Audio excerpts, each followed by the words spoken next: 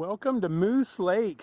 So here we are at La Tourelle's, getting a tow this morning for the first little leg of our journey. And Halo is like a good woman unloading the Jeep. Got the boat up there and unloading all of our packs. Here's La Tourelle's, a fishing camp and outfitter on Moose Lake. So they have 10 cabins to rent out for fishing parties. They do like I said, outfitting trips for boundary waters, and they take care of people that want to fish these fringe lakes with 25 horse motors and smaller. All right, everything is loaded up and just about ready to head out.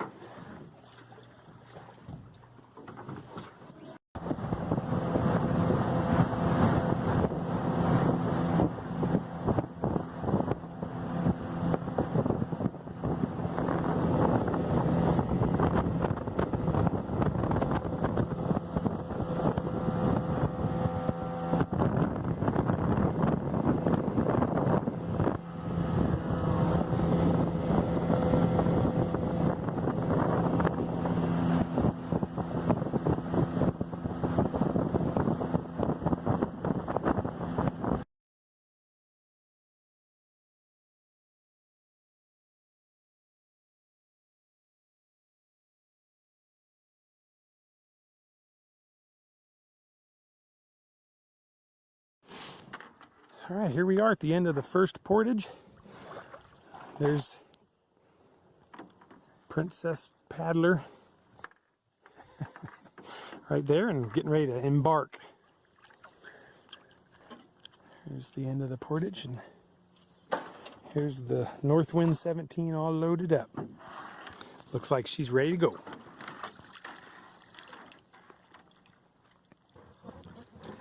Any final words before we depart? Let's do it. All right, we left Moose Lake, portaged the Indian Portage into Birch, and right there is Canada. It's the first time Halo has ever laid eyes on Canada, potentially our future home. Been rooting for him in the Olympics for years. No, you have. Some of my fondest memories came from Canada. We love hockey. It's our family's favorite sport. Well, besides canoeing and fishing. Liar. Well, okay, curling. Curling and then ice hockey. Such a giant. Go Canucks. Anyway, that right there is Canada. Teresa's so excited. That there's America. Used to be land of the free and home of the brave. It's, oh, they did? What'd you catch? Hey, you're on camera. You got your own fishing show. Here's the portage from Birch into Carp. You can hear maybe some rapids and a stream. Right there, that's Canada. We're going to be walking in Canada in a minute. We paddled in Canada. I better help Teresa.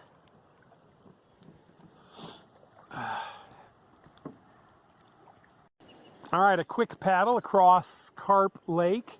Right there brought us to, there's a campsite. Technically, that's Canada. Some little rapids, little water running in, and here is the portage. And we're not sure the name of the lake coming up. I'm not exactly sure why we're not sure, but we're not sure. So I'll tell you in a minute. Teresa's going to flip the map around when she gets to the other end of the portage, since we're going to be walking in Canada. Woohoo! Here's the boat empty. I'm going to put on my day pack, and then I shoulder the canoe and carry that across the portage.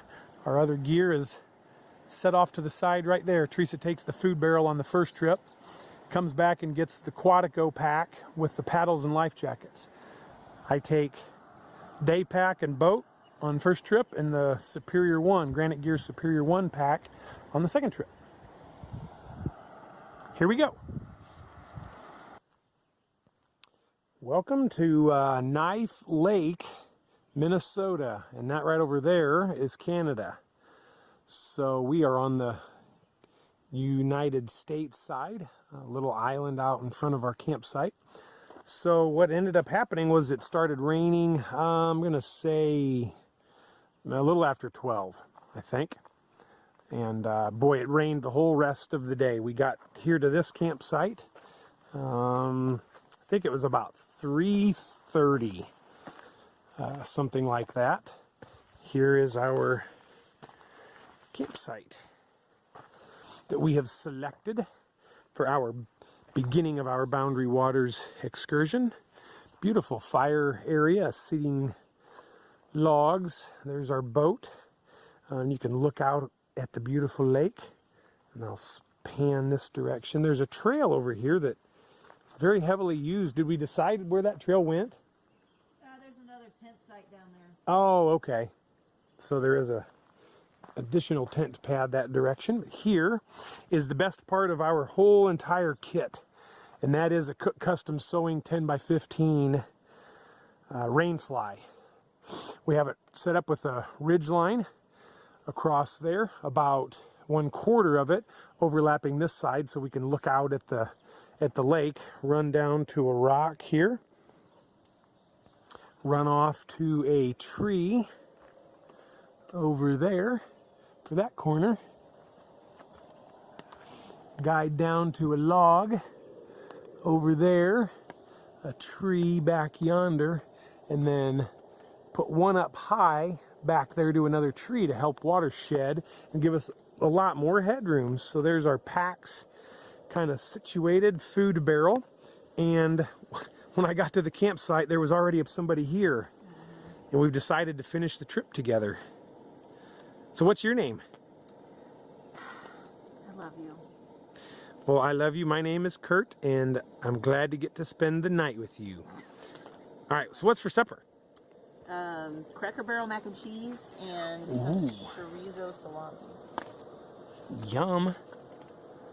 Cracker Barrel has never made anything bad.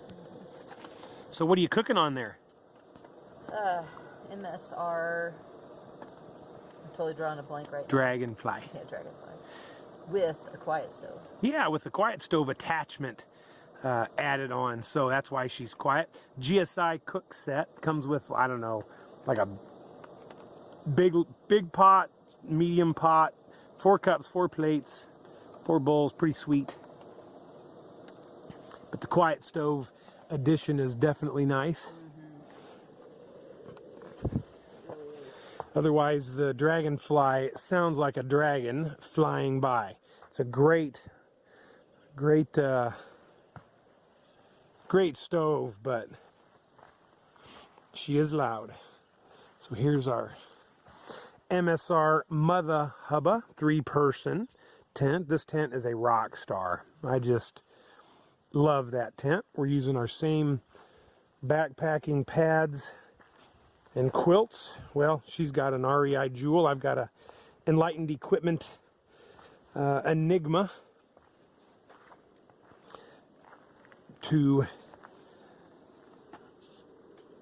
Thermarest NeoAir X Lite pads. Hers is the women's version because she, by all that I can tell so far, is a woman.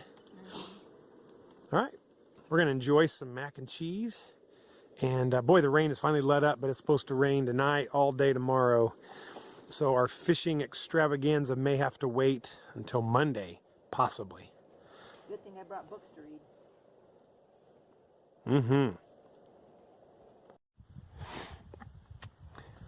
Welcome to supper time, day number 2. Hey, Teresa there, I keep calling her Halo. For those of you hiking fans, her trail name is Halo, but Halo's enjoying the spoon. I'm cleaning it. And found that ridge pole right there. It's already cut. We just trimmed off the little limbs, and so there she is. What are we eating for supper tonight? That is a great question because I don't know how to pronounce it. Chicken tikka masala? I don't know. with some, show them the chicken packet, or is it already put away? It's already in the garbage, but Chicken Creations lemon zesty, I'm sorry, zesty lemon pepper. Instead of tuna. So how cool is that? We're excited.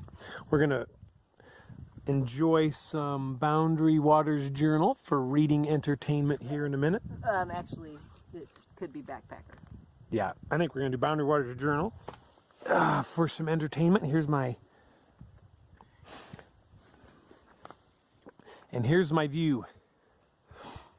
I'm gonna go with 5-star. Fishing today, I think I landed, I lost track, but I think it was 6 or 8 is what I actually boated. But nice smallmouth, one dink, and the rest were between 13 and 17 inches.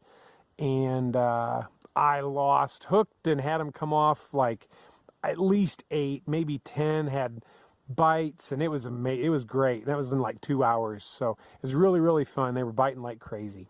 So hopefully they bite like that tomorrow, and I'll take Teresa out. She wanted to just relax today, no canoeing. So I colored. And what'd you color? Pictures. I don't know. Random pictures, flowers. All right, we got the campsite cleaned up a lot. Like, we got rid of all those old nasty logs that people were chopping on. And anyway, I think hopefully just the last people made a little bit of a mess. So we've cleaned it up a bunch. Oh, we got a good little stash of firewood going over there. We've got a bunch of dry twigs for tinder and got some logs cut up, little limbs. So hopefully we got a little bit makings of a fire. So this is one of the reasons that you go canoe camping. Sunsets like that. Just incredible. That's Canada right there that the sun is setting into. Sorry about the focus. I hope that's not too distracting. We're trying to figure out this camera and how to set that autofocus thing. Evening of day 2, Knife Lake, campsite number 1. There's the landing,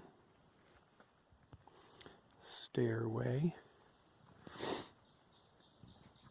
campsite.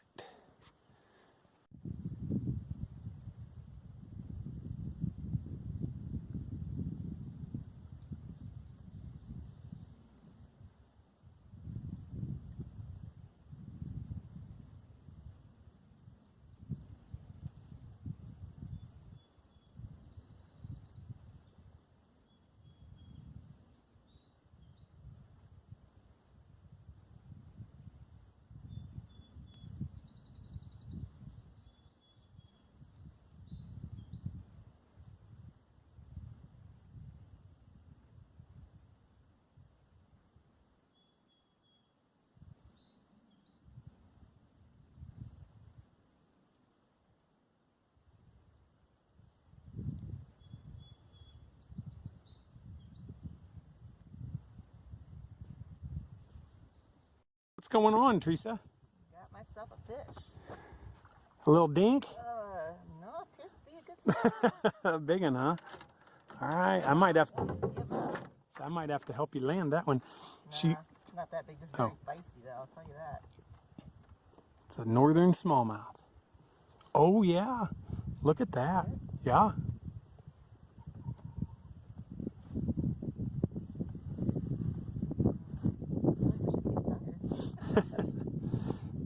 Yep. Do you want me to help you land it? No.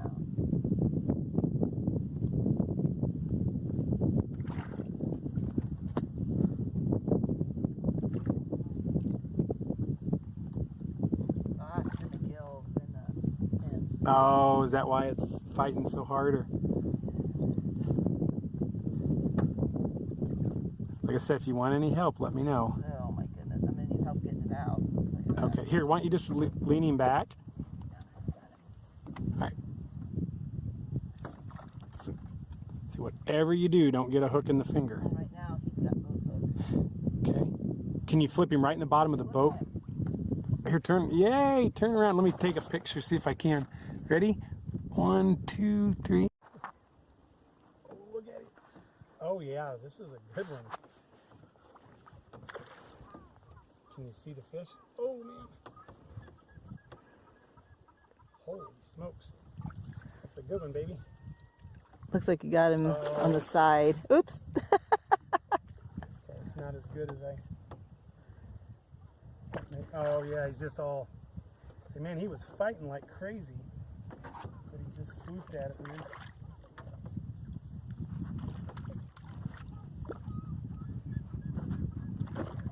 Yeah. Nothing.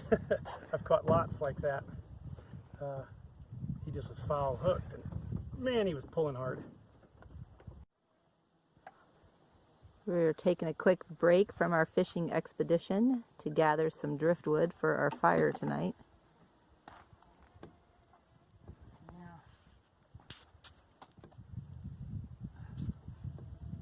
This is a pretty little bay.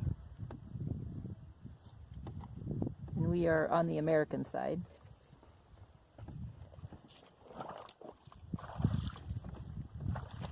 Our camp is that direction out of the bay.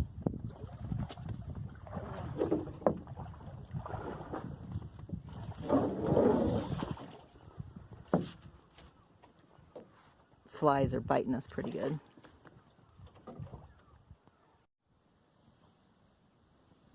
Is he making that limb move? Yeah. So he's right there. Can you step up and just see how close you can get her? Whatever.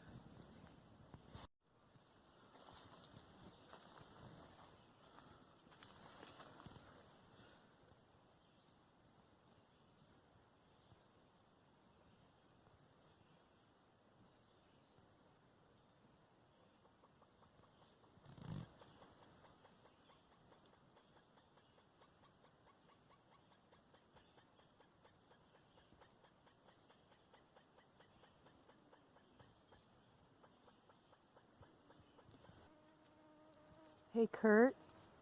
I don't think it's an owl.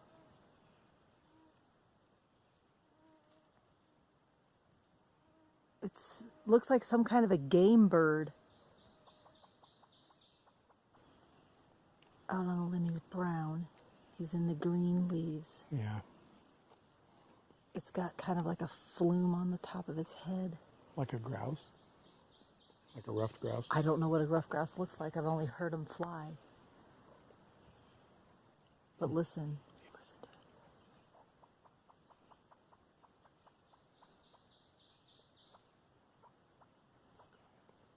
Look, it's turning around towards us. It looks like a chicken.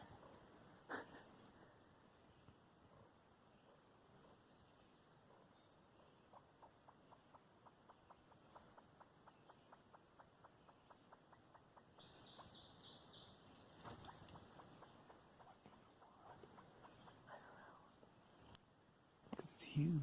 Yeah. It's way bigger than a grouse. Like heavier.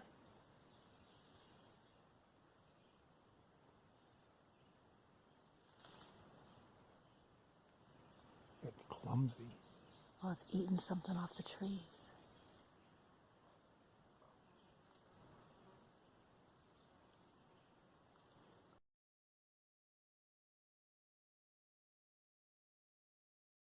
There's our first fire of the trip, day number 3 in the evening here. It's 7 o'clock, and we just cooked tonight's supper. A grilled pizza, pepperoni pizza. Mm-hmm. What do you think? How is your pizza? Well, it's a little spicier than I expected. I'm watching that bird. Yeah, there's a great big bird. We got some video and some pictures. A real fat, kind of clumsy bird. It's the size of a chicken. And it's up in the tree eating some stuff right over there. So it was just hanging out, let us get almost right underneath it, and we're let him be. He's up there snapping twigs and flopping around. Well, there's the sunset on our final evening at this particular campsite. Evening number 3, June 18th. Yesterday was Father's Day.